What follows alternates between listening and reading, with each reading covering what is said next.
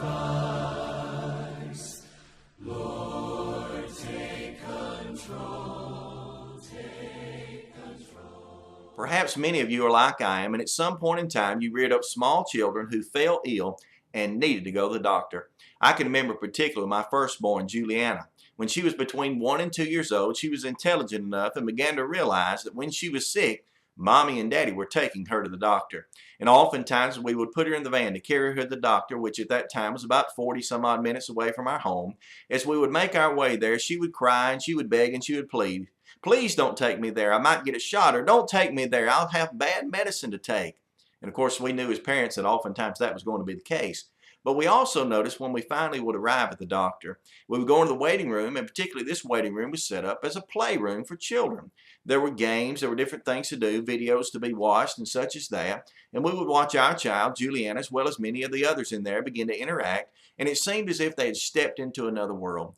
They were enjoying the playroom so much that all of them seemingly forgot about the troubles. They forgot about what was on the other side of that door. And they were no longer worried in the fact that they might receive that old terrible shot.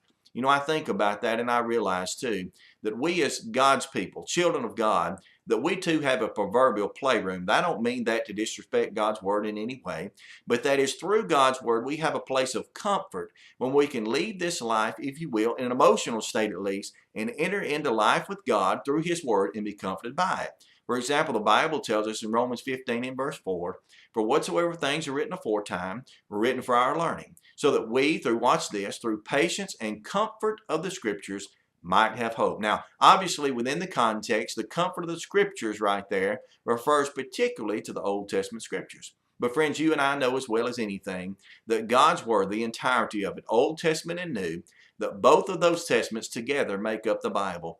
Both of those testaments together make up God's Word, and through God's Word we can be comforted. So it's my prayer today, if you find yourself in the midst of terrible and difficult times, if you find yourselves needing a place where you can go, a proverbial playroom where you can go, not again to discredit or disregard God's Word or to disrespect it, but if you need a place where you can go to have your mind taken off of the cares of this world, God's Word, the Bible, is the best place that you can be. Spend time in God's Word today. Forget about your troubles and trials and set your affections upon God.